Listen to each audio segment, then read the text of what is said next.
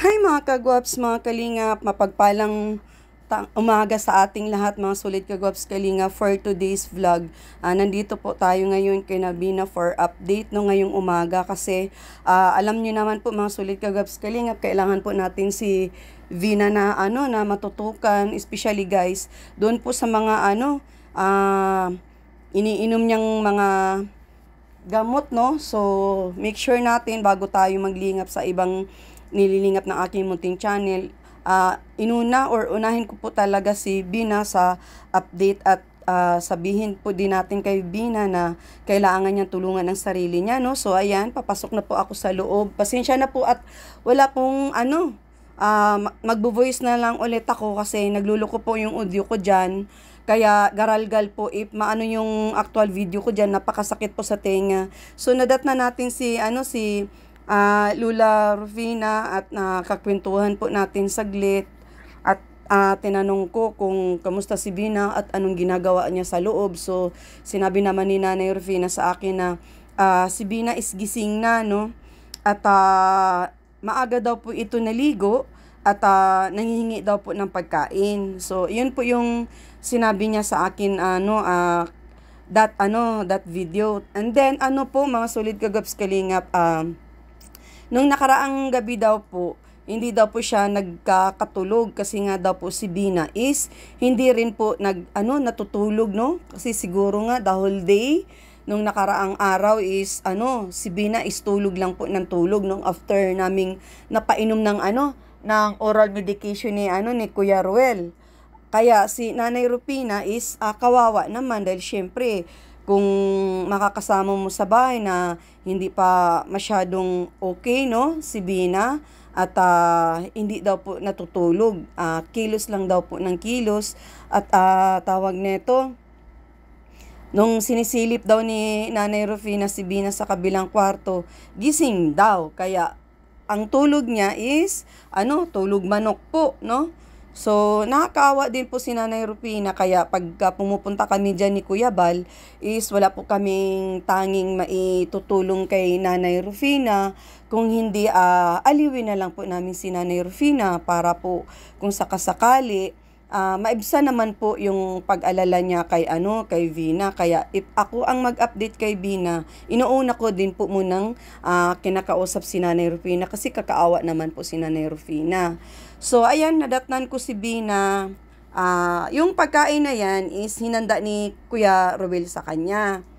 Kung makikita nyo po, hindi po niya ginagalaw. Siguro ayaw niya po yung ulam na po yan eh. Masarap yan. Daing, no? Daing na mga dilis.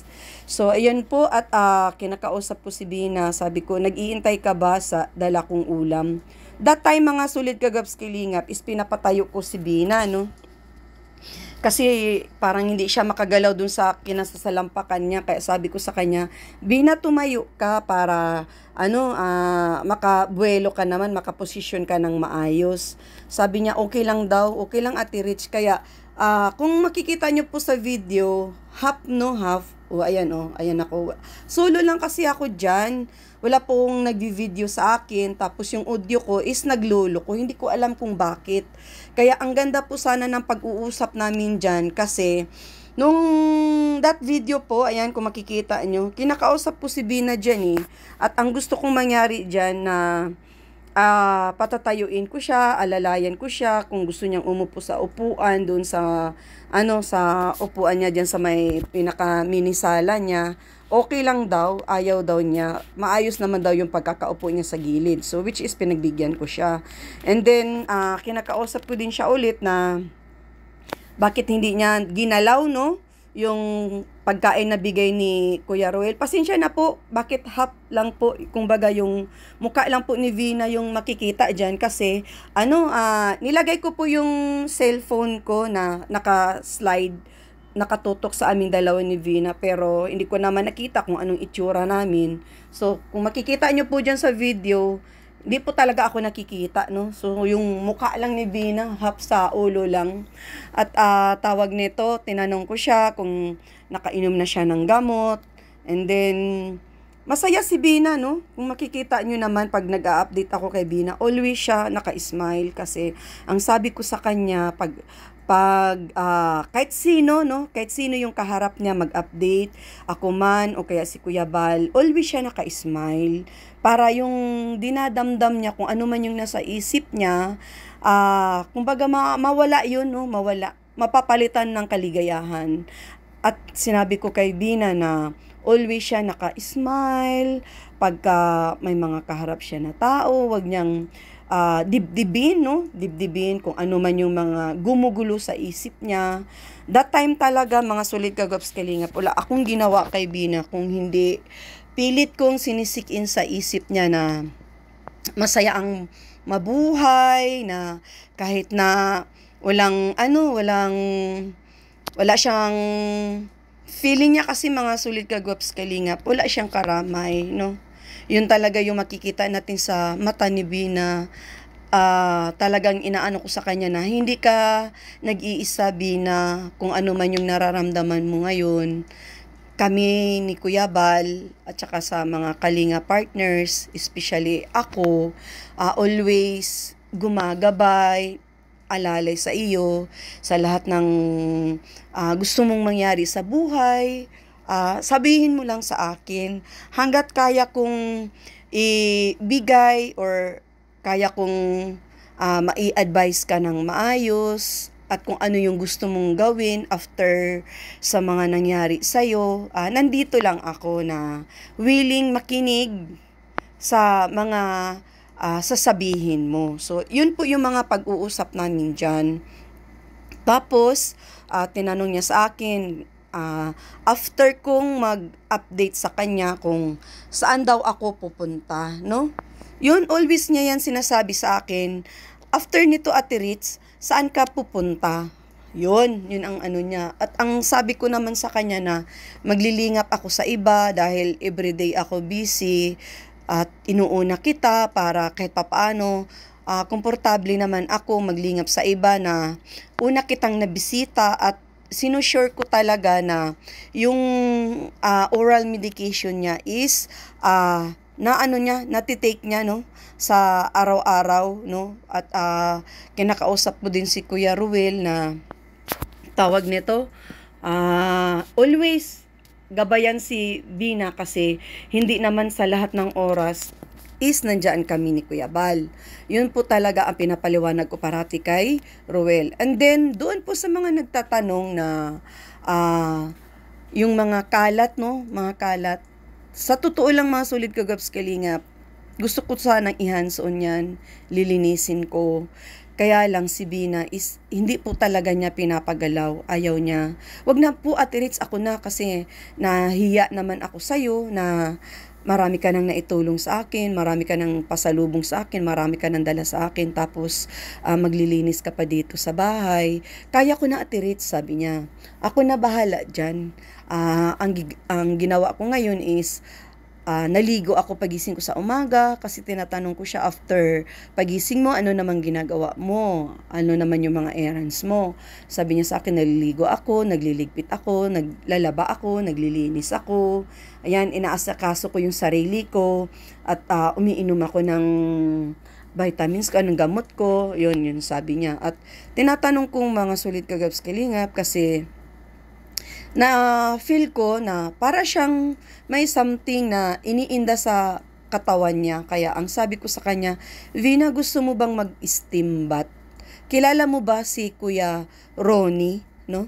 Sabi ko sa kanya, dun sa Mangkamagong Basod, punta tayo, magpa-steam bath tayong dalawa. So, isinama ko na po yung sarili ko kasi gusto ko talaga na madala si Vina doon sa steam bath po kasi po tawag nito, meron siyang something sa sarili niya eh.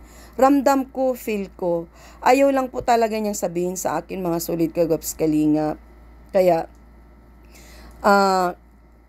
ang ginawa ko dyan sa video na yan is 100% kinukumbinsi ko siya na lumabas tayo ng bahay, pupunta tayo ng steam bath, if gusto mo naman, labas tayo ng bahay para makalanghap ka ng sariwang hangin, dalhin kita sa Bagasbas, kung ano yung mga ikinasaya mo, ikaliligaya mo, gagawin ko para lang sa'yo. Kaya nga ako nandito para update kita kung may gusto ka mang sabihin na ayaw mong sabihin kay Kuya Bal, sa akin mo na Bina sabihin kasi pares lang naman tayong babae at saka alam mo naman Vina na ituring mo na akong matandang kapatid mo, no?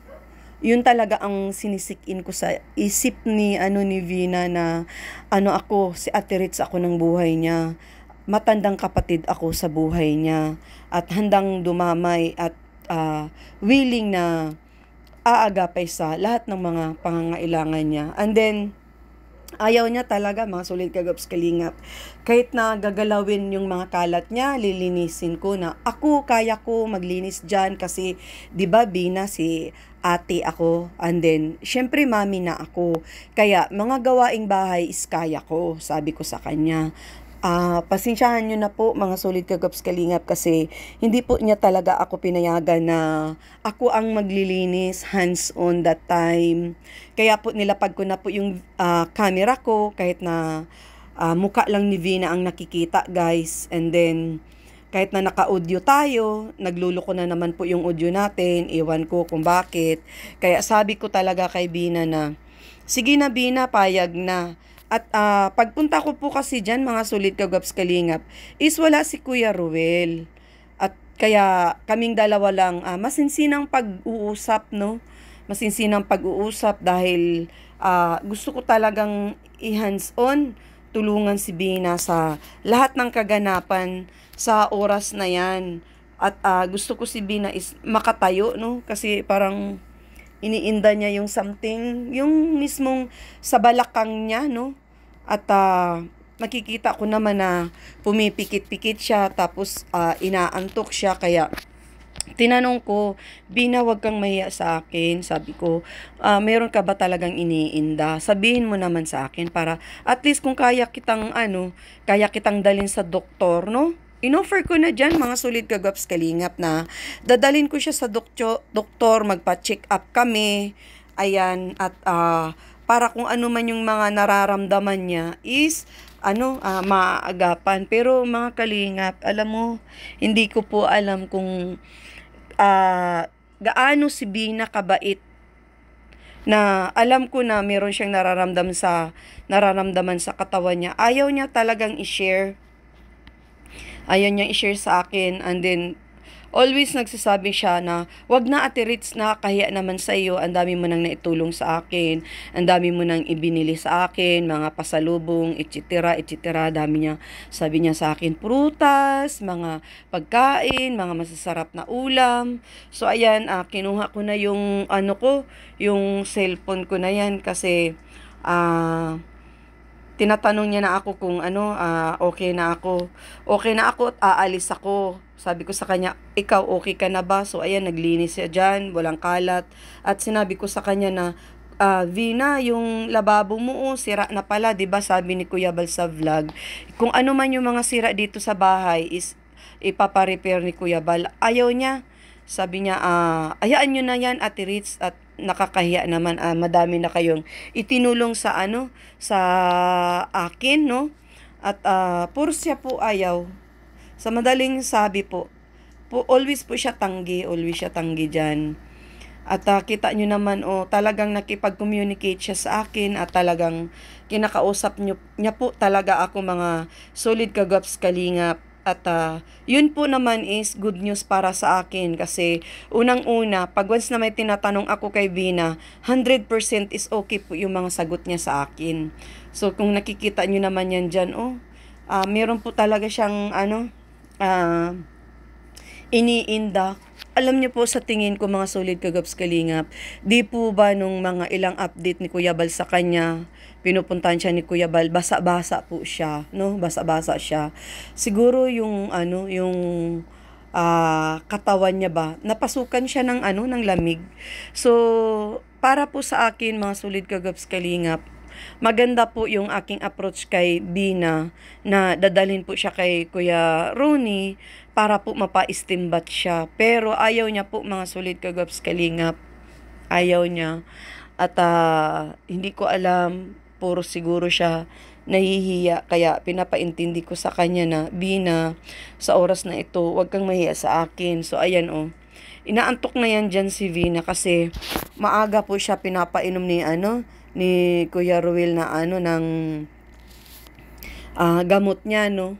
So ayan, at akala ko na yung audio ko pinapalapit ko sa niya, sa kanya, na kumbaga maririnig yung mga pinag-uusapan namin.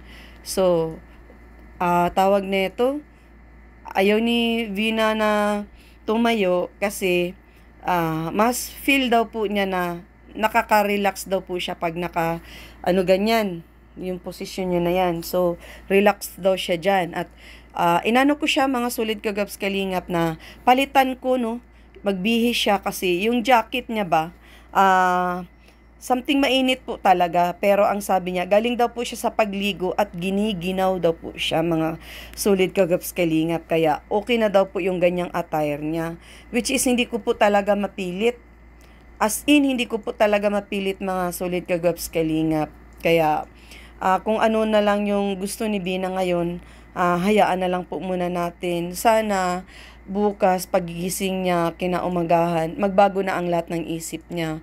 Kumbaga lahat ng i-approach namin sa natulong ni Kuya Bal is yan pinakita niya, no. Pinakita niya yung juice kasi sabi ko sa kanya, bagong timpla ba yan? Sabi niya, opo. At timpla daw po ng Kuya Ruel niya. At ininom daw po niya. Kaya sabi ko, kaya ka pala inaantok.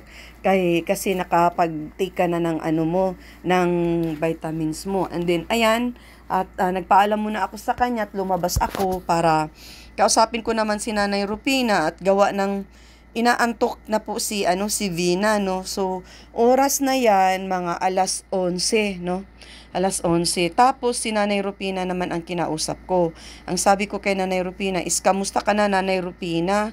At yung mga buhay-buhay natin sa sa oras na ito at sa umagang ito. Pero alam mo, nakaka-touch yung sinabi ni Nanay Rupina sa akin kasi sabi niya kahapon nag-vlog diyan si Kuya Bal, nag-vlog kay tatay, yung kay lolo ni Jessica po, no.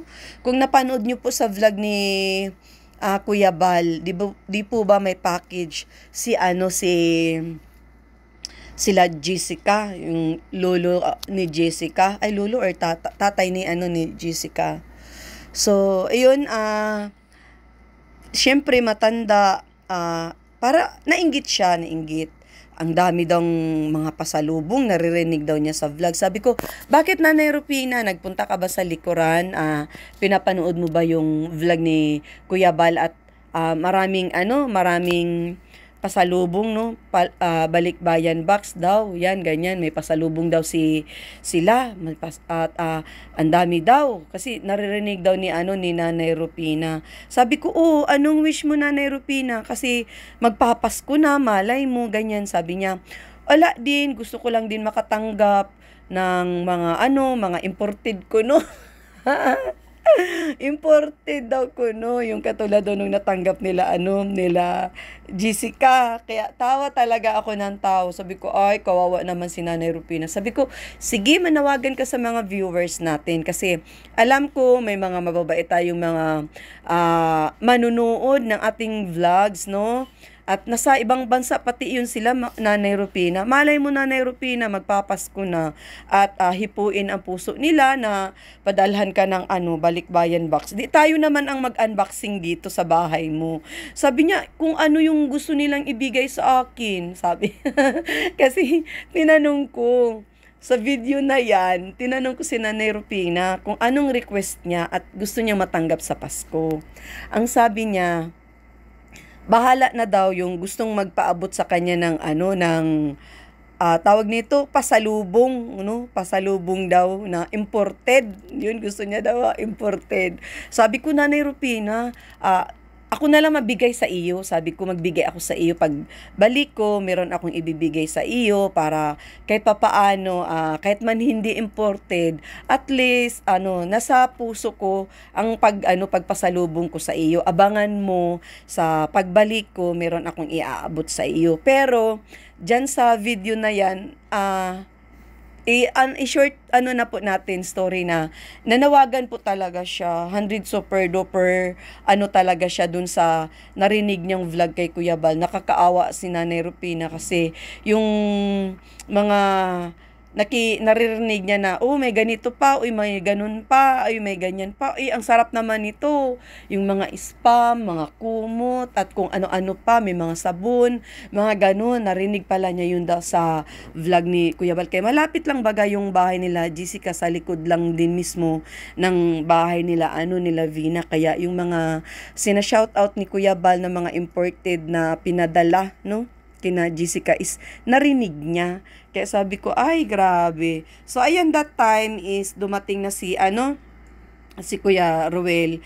And then doon sa pagbili ko ng gamot kay kay Vina, merong may mga gamot si Vina, yung isa. Kasi dalawa ang tinitik ni Vina na gamot eh. So, yung isang gamot is paubos na daw. Kaya ang sabi ni Kuya Ruel sa akin, galing daw siya sa bayan at binilhan daw niya ng yung isang gamot na paubos na si Vina para hindi daw po makaligtaan pagpainom at malapit na daw yung injection. So tinuro ni Kuya Ruel na yung mga maruruming damit ni Vina is isasalang niya na or sinalang niya na sa washing machine at dilabhan niya na. And then lalaban niya. And then sinilip niya si Vina. Dinalhan niya dyan ng pasalubong si Vina na Jollibee at saka prutas, no? So, ayan, iba naman yung dala niya. Ang sabi ko kay Kuya Ruel, ang dinala ko kay Vina is lechon manok. Kasi nung last usap namin ni Vina is gusto ni Vina kumain ng lechon manok. Kaya sabi okay naman si Kuya Ruel sa mga update ko. Marunong din siyang magpasalamat, which is masaya din ako kasi kahit papaano nakikipag-cooperate din si Ruel sa akin at always kong nire-remind kay Kuya Ruel na wag makalimutan na pag-update everyday kung ano man yung mga oral medication ni Bina is wag kalimutan hanggat hindi pa masyadong magaling si Bina. Pero nagpapasalamat sa akin si Kuya Ruel at saka si Lula Rufina sa video na yan dahil ako daw po is nakagabay, agapay, tulong sa kung ano yung kailangan ni Vina. So, ayun, masaya din po ako kasi narinig ko sa kanilang dalawa, si Nanay Rufina at saka si Kuya Ruel na pasasalamat din sa akin. So, ayun mga sulit kagaps kalingap. At ang pag-uusap namin dyan ni Ruel is balak po namin dalhin si Bina ngayong linggo sa Bagasbas po. Kaya ang sabi ko kay Ruel, sige, ganito Kuya Ruel, kailangan na makumbinsi mo, no? Kumbinsihin mo si Vina, si Nanay Rupina, kayo, pamilya, asawa mo, anak mo, na dali natin si Vina sa Bagasbas para kahit papaano makalanghap naman ng sariwang hangin.